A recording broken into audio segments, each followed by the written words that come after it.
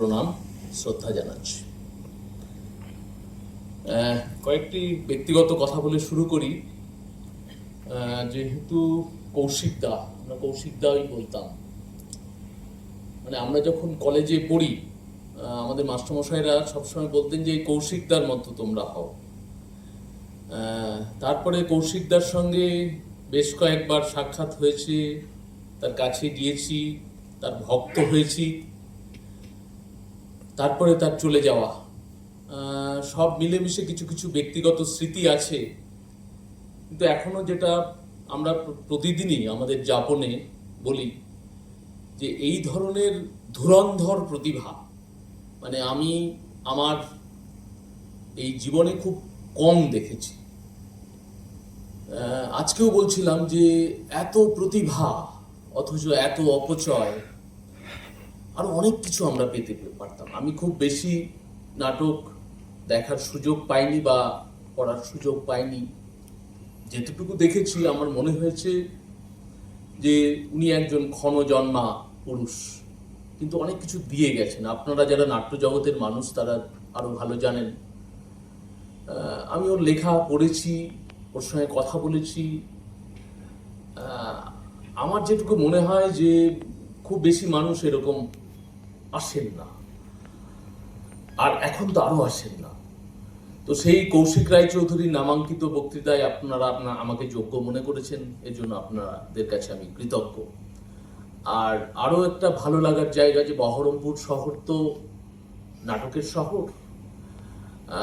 আজকের সারা পৃথিবীটা যেদিকে যাচ্ছে আমরা তো সবাই খুব ভালো নেই, এটা আমরা বুঝি। কিন্তু আমরা যখন যারা নাটকের কাছে আসি, নাটকের কাছে হাত পাতি, নাটকের কাছে প্রণত হই, তখন তো আমরা চাই যে আমরা এই খারাপ লাগাটা থেকে আরেকটু ভালো লাগায় যেতে চাই। মানুষ আত্মকেন্দ্রিক হয়ে যাচ্ছে, মানুষ অন্যের কথা ভাবছে না, তাই তো? আমরা যারা শিল্পী সাহিত্যের কাছে, শিল্প সাহিত্যের কাছে ফিরি, নাটকের কাছে ফিরি, এই যে আপনারা যারা নাটক করেন, নাটক করে তো আজকে খুব কিছু পাওয়া যায় না। যারা লিটল ম্যাগাজিন করেন, সেটা করে তো কিছু পাওয়া যায় না। কিন্তু তারা চান আর একটা সুন্দর পৃথিবী। এই অসহনীয় পৃথিবীটায় আমরা ভালো থাকি না, কিন্তু একটা নাটক, একটা কবিতা, একটা গান, একটা ছবি আমাদেরকে একটা ভালো লাগার অন্য বার্তা দেয়। নাটকের কাছে তো আমরা ফিরি এই জন্যই, আমি যেটুকু বুঝি। তো সেই জন্য আমার আজকে একটা ভালো লাগা আমি আপনাদের সঙ্গে ভাগ করে নিলাম। আর কৌশিকদার মতো মানুষ, আমার কিছু বলার নেই। ওর কিছু কিছু লেখা আমরা মানে মন্ত্রমুগ্ধের মতো করেছি, নোটসে ব্যবহার করেছি। কিছু কিছু নোটস আমার কাছে এখনো রয়েছে কৌশিকদার, যেগুলো আমরাও ছাত্রছাত্রীদের এখন বলি যে এইভাবেও ভাবা যায়, এইভাবেও বলা যায়। তো সেই জন্য আমি আমার ভালো লাগা আবেগটাকে আপনাদের সঙ্গে শেয়ার করলাম। বাংলা নাটকে নারীর ভূমিকা আমাকে আপনি বলে দিয়েছিলেন যে দেখুন আমাদের, আমরা স্বীকার করি আর নাই করি, আমাদের তো পিতৃতান্ত্রিক একটা ব্যবস্থাপনা। এখন এই পিতৃতন্ত্র ব্যাপারটাকে পুরুষ নিয়ন্ত্রিত আমি এইভাবে ভাবি না। পিতৃতন্ত্র একটা অ্যাটিচিউড, একটা দৃষ্টিভঙ্গি। আমাদের মননে গড়নে এই পিতৃতন্ত্র হাজার হাজার বছর ধরে চেপে আছে, এবং সেই চেপে থাকাটা দিয়ে আমাদের প্রতিক্রিয়াগুলো তৈরি হয়। একটি মেয়ে যখন তিনি প্রতিক্রিয়া জানান, মনে রাখতে হবে তিনিও কিন্তু একটি এই পিতৃতন্ত্রের প্রতিক্রিয়ায় দেন। আবার একটি ছেলে যখন প্রতিক্রিয়া দেন, তিনি কিন্তু সেই পিতৃতন্ত্রের জায়গা থেকে প্রতিক্রিয়া দেন। ফলে আমরা একটি মেয়ে যখন বলে, আমরা কিন্তু এইভাবে বলতে পারি না এটা শুধু মেয়েদেরই কথা। মেয়ের কথার মধ্যেও থাকে সেই পিতৃতন্ত্রের আবহমান কালের সেই চেপে থাকা। আমরা জীবনানন্দ দাশ বলেছিলেন না যে আমাদের অন্তর্গত রক্তে কতগুলো বোধ খেলা করে, তাহলে আমাদের অন্তর্গত রক্তে যে চেপে থাকা। ফলে নাটকে নারীর ভূমিকা আমি যখন আলোচনা করব বা বলতে চাইবো, আমি খুব গুরুগম্ভীর আলোচনা করতে পারিও না, আমি আপনাদের সঙ্গে কতগুলো আমার ভাবনা চিন্তা একটু শেয়ার করার চেষ্টা করব। যে দেখুন, আজ থেকে যদি হাজার হাজার বছরের ইতিহাস দেখি, আমরা যতই মাতৃতান্ত্রিক সমাজের কথা বলি না কেন, আমরা অনেক সময় গদগদ হই যে উত্তর পূর্ব ভারতে মাতৃতান্ত্রিক ব্যবস্থাপনা রয়েছে। আমি কিন্তু সেরকম কিছু দেখিনি। Sorry to say, Nagaland, Manipur, Mizoram মূল স্টিয়ারিংটা কিন্তু এখনো সকল কোট আনকোট পিতৃতন্ত্রের হাতে। এখন ব্যাপারটা দেখুন, একটা জিনিস আপনাকে মনে রাখতে হবে যে আমি খাওয়াচ্ছি, পড়াচ্ছি, আমার কথাই চলবে। আমি খাওয়াচ্ছি, পড়াচ্ছি, আমার কথাই চলবে। আপনি অস্বীকার করতে পারেন? গল্পটা কিন্তু এখানে।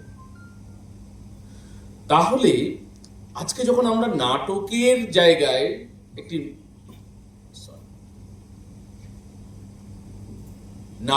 জায়গায় আমরা নারীর ভূমিকা, আমরা অভিনেত্রীর ভূমিকা বলতে পারি, নাটককারের ভূমিকা বলতে পারি, তিনি পুরুষ হন, নারী হন, যেই হতে পারেন, আমি কতগুলো থিওরাইজ করতে পারি যে এতজন নাট্যকার মহিলা নাট্যকার, এতজন নাট্যকার পুরুষ নাট্যকার, এইভাবে আমি বিভাজনটা করতে পারি। কিন্তু আমার মনে হয়েছে যে নারীর ভূমিকা, একটি নারীর কথা কি শুধুই নারীর কথা, সেই মেয়েটিরই কথা? আমি প্রশ্নটা আপনার কাছে ছাড়ছি, আপনাদের কাছে ছাড়ছি। আমি যখন বঙ্গ রঙ্গমঞ্চের ইতিহাস, নাটকের ইতিহাস যদি আমি লেবেদাব থেকে শুরু করি, যে মেয়েরা অভিনয় করছে বা যারা হয়তো নাটক প্রযোজনায় তো সেভাবে বিনোদিনীর আগে সেভাবে আমরা দেখব না, বা ধরুন নাটকটার নিয়ন্ত্রণে যদি আমি ধরি কোনো মেয়ে ভূমিকা নিচ্ছে, আমি যাকে দেখতে পাচ্ছি যে এই মেয়েটি এই নাটকের নিয়ন্ত্রণে ভূমিকা নিচ্ছে, আমার দেখাটা কি ঠিক দেখা? আমি আপনাদের একটা ব্যবহারিক উদাহরণ দিই। আপনি পঞ্চায়েত ব্যবস্থার প্রতি শ্রদ্ধা রেখেই বলছি। আমরা যখন দেখছি যে একটি পঞ্চায়েত একটি মেয়ে চালাচ্ছেন পঞ্চায়েত প্রধান হিসেবে, সব জায়গায় কি সেই মেয়েটিই চালাচ্ছেন? নয়, কিন্তু স্ট্যাটিস্টিক্স বলছে অন্য জায়গায়। ফলে নাটকের অভিনেত্রী বা প্রযোজক বা যাই বলি না কেন, সেখানে কি তিনিই চালাচ্ছেন?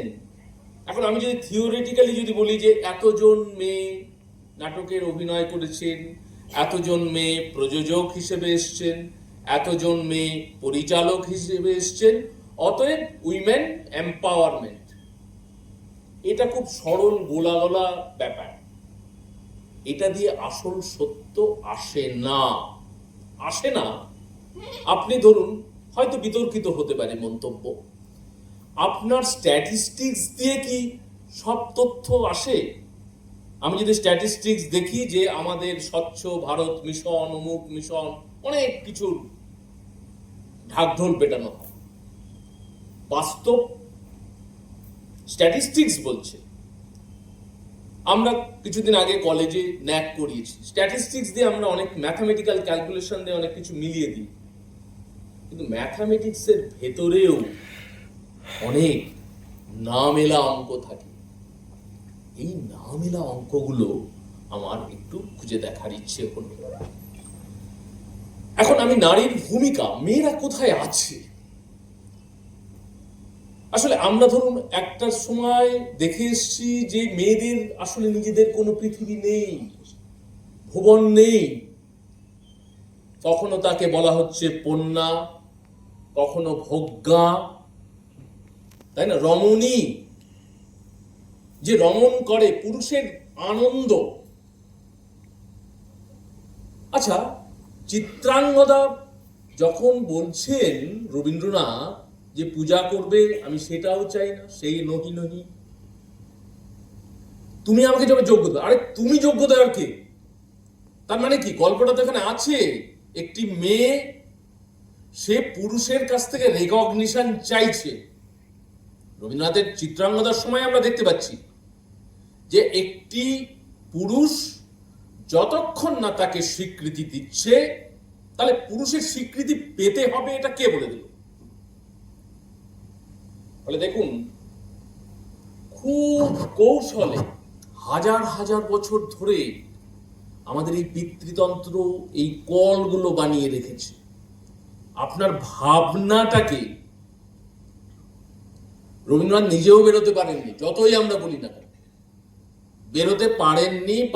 আপনি আপনাকে হাজার হাজার উদাহরণ দেখে দিতে পারবেন, বেরোনো সম্ভব নয়। হ্যাঁ, আপনি অবশ্যই বলতে পারেন এই জায়গাটা থেকে আমরা অনেকটা বেরিয়ে আসছি। তাহলে আপনি নারীর ভূমিকা কিভাবে, মানে আমি তাহলে কি বলবো যে নারীরা কোন জায়গাটায় আছে?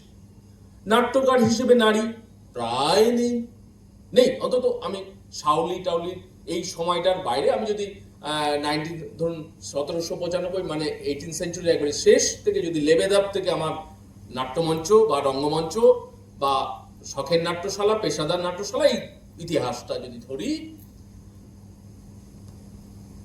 19th century, 20th century, Shaoli Mitra, Usha Gangopadhyay তো অনেক পরে।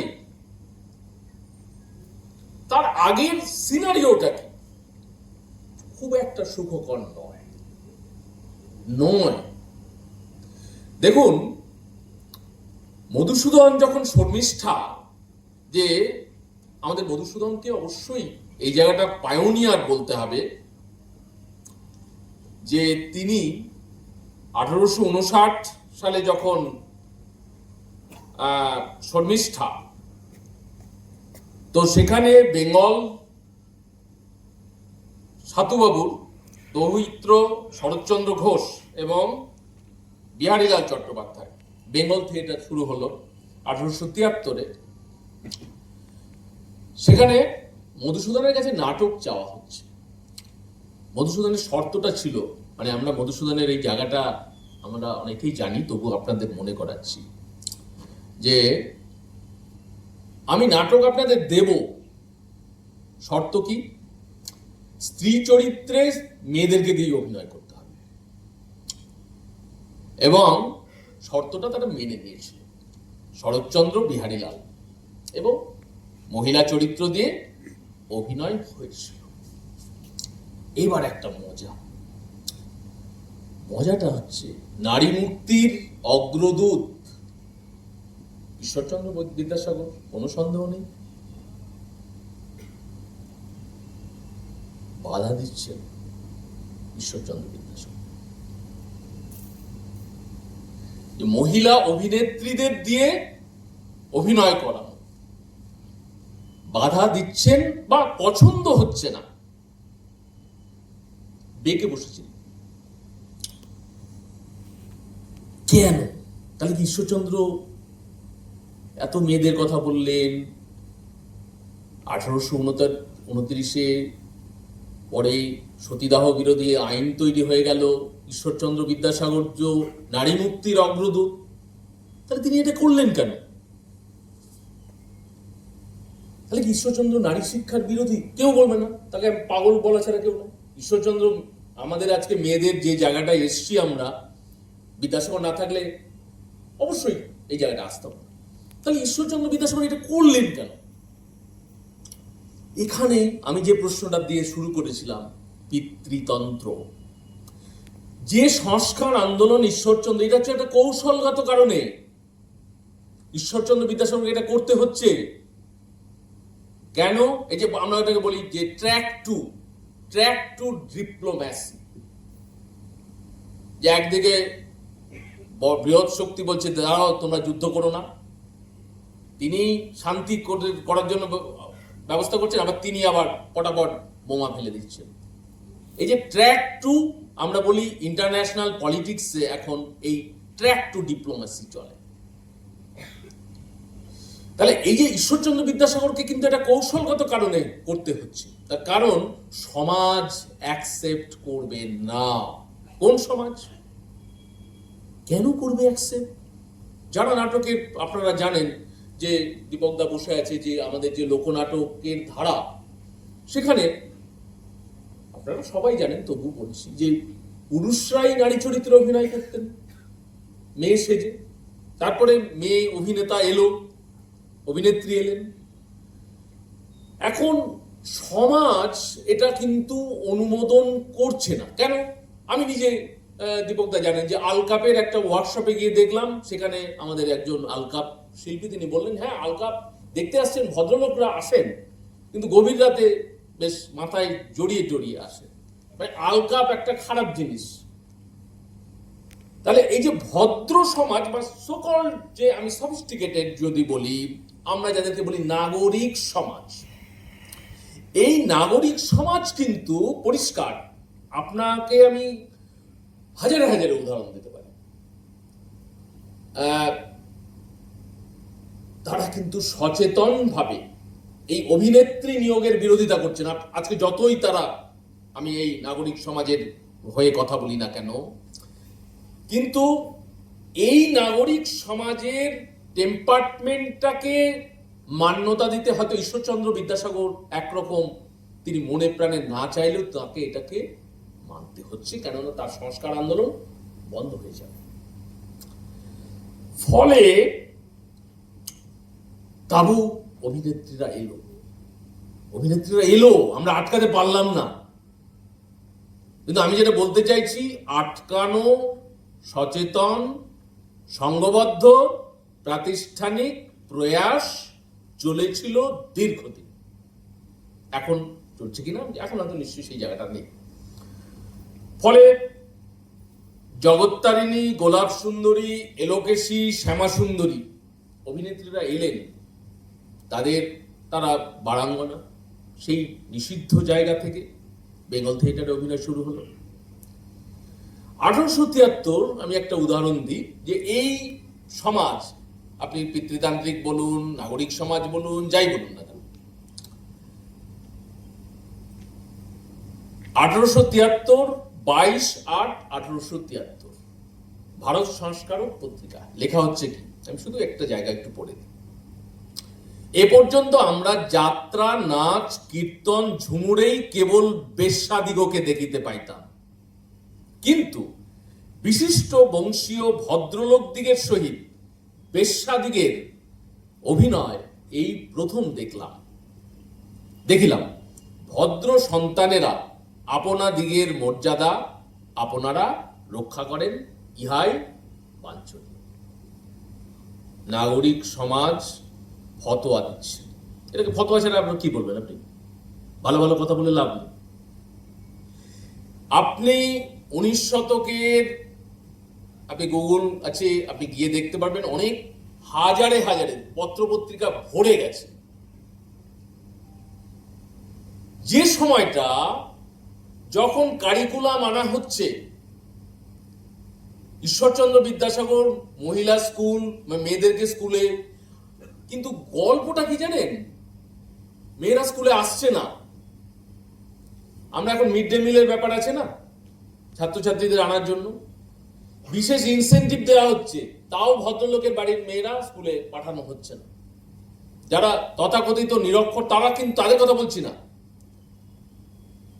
19th সেঞ্চুরির 50-এর দশক, 60-এর দশক, এই রকম সংখ্যাটাই বেশি যারা সচেতন ভাবে শিক্ষিত নাগরিক সমাজ, তারা স্ত্রী শিক্ষার বিরোধিতা করছেন।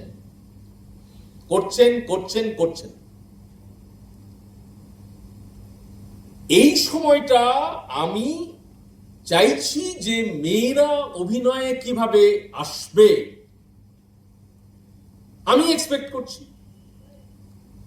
দেখুন, 19 শতকের প্রেক্ষাপটটা আমার কাছে খুব গুরুত্বপূর্ণ মনে হয়।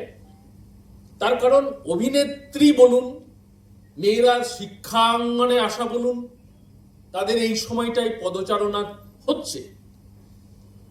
ফলে সেই সময়টা আমাদের সামাজিক প্রতিক্রিয়াগুলো কি। তথাকথিত আমরা যেটাকে বলি হ্যাভস নট, তারা তো ফিগারেই নেই। কলকাতা কেন্দ্রিক বা বৃহত্তর কলকাতা কেন্দ্রিক তথাকথিত আমি যাদেরকে বলি যে এনলাইটেন, আলোক প্রাপ্ত মানুষ, হ্যাঁ ব্যতিক্রম অনেকেই আছে। বিধবা বিবাহের পক্ষে আপনারা তো সবাই জানেন কটা স্বাক্ষর হয়েছিল আর কটা বিরোধিতা হয়েছিল।